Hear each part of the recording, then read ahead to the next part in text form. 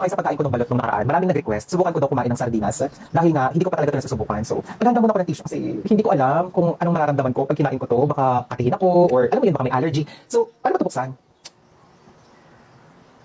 Ayun na, bukas na siya. Ayan.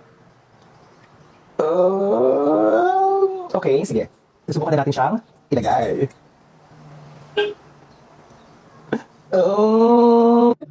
Ayan. Ito na po siya. Huwag niyo ako i-judge ha. Oh, oh, oh, Diyos ko. Ay, oh my God. Susubukan ko. Uulitin natin.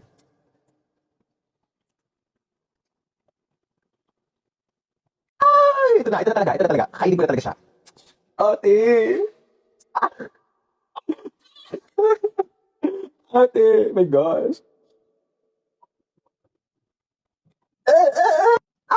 Iba na lang i-challenge niyo sa akin, huwag na tong sardinas kasi hindi ko talaga kaya, hindi ko kaya. Maayos naman siya at malinis at masarap nga daw. Pero ate, ulitin ko.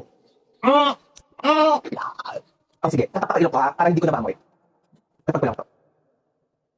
1, 2, 3, go. Isa pa. 1, 2, 3, go.